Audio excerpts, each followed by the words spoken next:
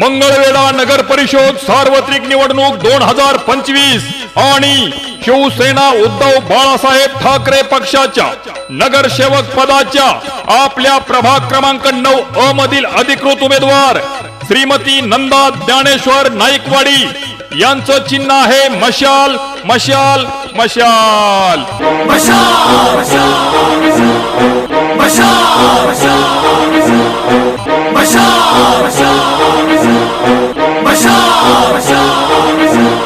आली मशाल येणार मशाल, निवडून द्यायचे मशाल मशाल मशाल।